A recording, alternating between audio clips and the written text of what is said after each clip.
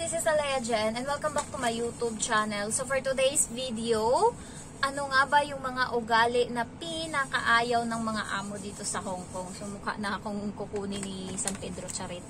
Pero pahapon na kasi and ano ba? Pangit! Pahapon na and ay ang pangit. Padilim na dito sa bintana. Ayokong buksan yung ilaw. Try ko buksan. Tignan nyo ang pangit ng video. Diba? Maganda ba? Sige, ito na lang. So, ano ba? Mga pinakaayaw or pinakatapon na ayaw ng mga ugali dito ng amo and hindi sila nagpapatawad guys is yung magnanakaw. Pinakaayaw. Nakita ko kahapon yung amo ko and grabe. Parang dahil doon natakot ako bigla na baka buti na lang talaga hindi ako nagnanakaw dito kung hindi, Diyos niyo. Natakot ako. So, umuwi sila galing Macau. So, nagpunta sila ng China and Macau. So, pag uwi nila, chika-chika kami. 10:30 na sila umuwi. So, nag-prepare and nilinis ko yung ibang gamit. Pero yung mga labahan nandun pa. So, yung mga iba-iba kasi nililinis namin yan isa-isa. Halimbawa, itong linisin to ng wet wipes. Isa-isa, as in. So, pagkatapos namin malinis, inano ko na yung bata kasi alas 12 na. Binihisan ko na ng pajama, tapos pumasok yung amo kong babae doon sa sa kwarto. Ayun, proud na proud siya sa ginawa ng bata niya doon sa China. So kinuwento niya sa akin pati yung mga picture, pinakilala niya yung ito yung ko, yung tito ko, ito yung mama ng mama ko, ganyan lahat. Pinakita niya sa akin yung picture nila doon, pati yung pagkain. Sabi niya, alam mo ba, mura lang tong noodles doon, 20 Hong Kong dollar lang to. And isang malaking bowl na siya guys ng noodles. So, chika-chika kami and ang dami naming na pag-usapan and yung mga picture, pinakita niya sa akin lahat ng mga picture nila, pati yung bata na ang bait na ng alaga ko doon. So proud na proud sila and tinanong nila kung sino nag-aalaga sa, sa bata. Sabi nila yung bago naming katulong and ayun, nadidisiplina. Kaya natutuwa yung amo ko sa akin kasi nga disiplinado ko yung bata, tinuturuan ko siya kapag mali. Kaya kagabi sinabihan ko yung bata, oh my gosh, ma'am, so proud of you. Sabi kong ganun, tapos natuwa yung nanay. Sabi niya, thank you Jen. Sabi niya ganun kasi nga nagbago yung ugali ng bata guys simula nung ako yung nandito. Hindi na siya nagiging katulad dati na walang galang. Ngayon sabi ko sa kanya, gumalang ka. Kasi sabi ko, kapag ganyan ang ugali mo, walang magmamahal sa'yo. Ginanon ko talaga yan siya kapag naglalakad kami sa daan. Sabi ko sa kanya, sabi ko, alam mo, yung ugali mo na ganyan, salbahe ka. Sabi ko, hindi ka mamahalin ng tao. Kapag mabait ka sa tao, mamahalin ka nila. Kahit hindi mo hingin yung isang bagay, ibibigay nila yan sa'yo kasi mahal ka nila, kasi mabait ka. Gusto mo nung ganyan? Sabi niya, oo, edi baguhin mo yung ugali mo. Kaya, nung nandun siya sa China, alam mo yung lahat ng mga tao doon, inanon niya, nag-toast siya, bawat isa nilibot niya, pinakita sa akin yung video, and bawat isa hinag niya talaga, nagpapakandong siya, sobrang hindi siya, sabi ng amo ko, hindi siya maiyakin doon, napakabait niya doon, and yun nga yung last day nila, yung alaga ko is, parang ayaw umuwi, hug siya ng hug, ang tagal nilang pinrest yung ng lift ng elevator kasi nga inaantay nila yung bata kasi yung bata is naglalambing talaga dun sa matatanda. So nadako kami ngayon sa Asia, sabi kong ganun, kwento sa akin ng bata, sabi kong ganun sa amo kong babae, kwento sa akin ng bata, ma'am, naglaro daw si sir, naggambling daw sa sa Macau, sabi ko, nagsugal daw, sabi kong ganun, kwento sa akin, nanalo daw, sabi kong ganun, sabi niya, oo, nanalo, alam mo ba yung kapital niya, 1,000 Hong Kong dollar, sabi niya ganun, nanalo siya ng 300, so umuwi siya. Pag uwi, nilagay lang namin sa sa alam mo yung itim na lagayan namin, 'di ba? Lagay namin ng pera. Sabi ko, oo, yung bag na maliit. Sabi niya, oo, nilagay lang namin doon. Ang tanda ko yon, 1,300. Binigay ko kasi sa kanya pag alis niya, 2,500. Tapos nung bumalik siya, ang dala niyang pera is isang buong 1,000, tapos yung 300 na papel is 100, tatlong 100, sabi niya ganun.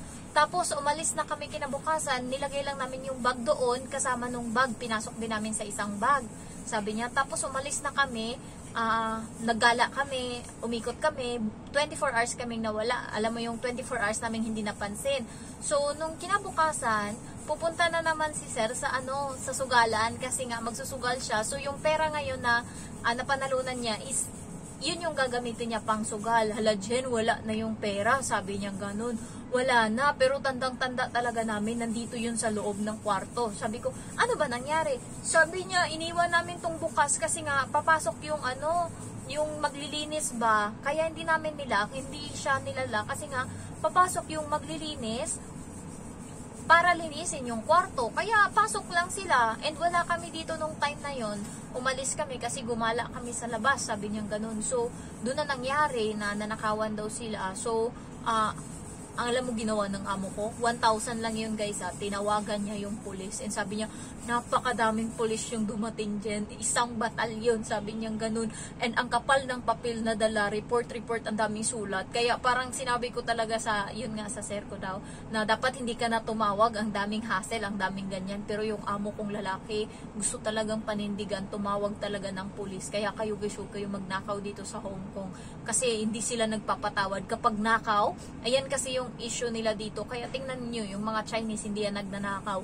Yung always lang nagnanakaw is yung mga taga mainland China. Pero yung mga taga dito sa Hong Kong, bihira ka makakita ng nagnanakaw. Alam mo yung kahit yung wallet, sipa-sipain na sa daan kahit maraming laman na pera, di nila gagalawin. Alam mo yung ilalagay lang nila sa gilid or hahanapin nila yung may-ari.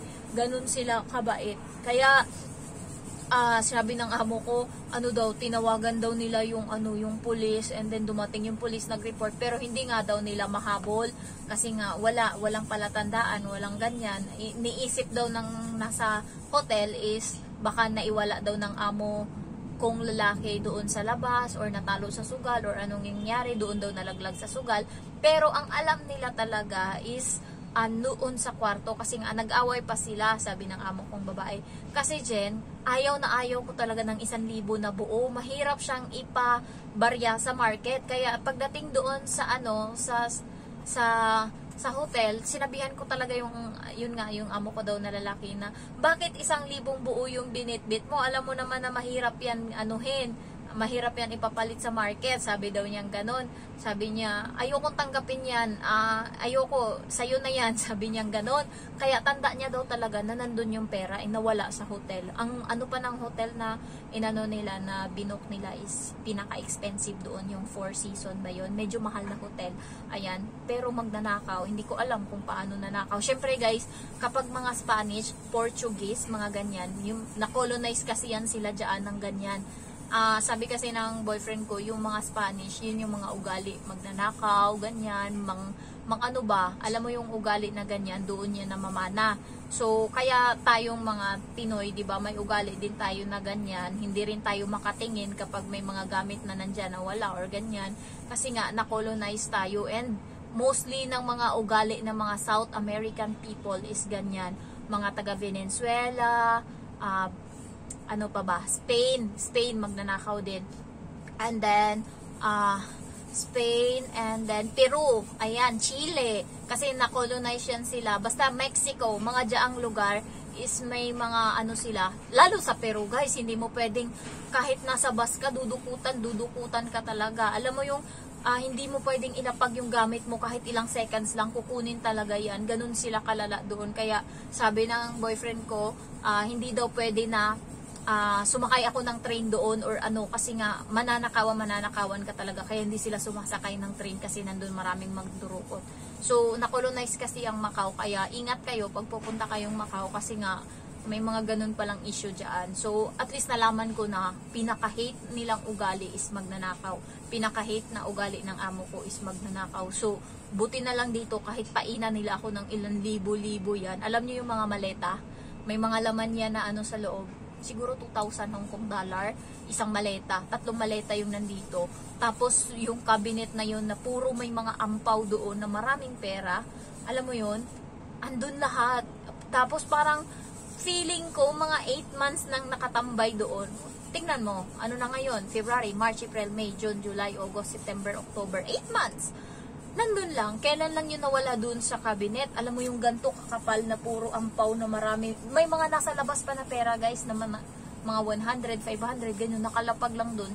Kung parang isipin mo, ay baka nakalimutan na nila kung magkano to. Kasi nga, nagkanda ano-ano na dito tagal na hindi nila kinuha. Kung ikaw na magnanakaw, pag-interesan mo yun, alam nila yan kung magkano, pinapain lang nila sa'yo.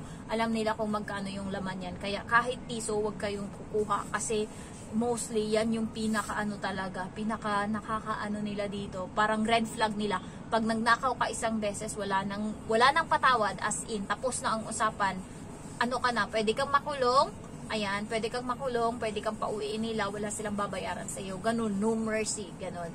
So, next is, pinakaayaw pa nila is sinungaling. Pero nakakalusot naman yung sinungaling. Pero yung magnanakaw talaga yung pinaka number 1. Sinungaling is, nakakapagsinungaling din naman ako dito.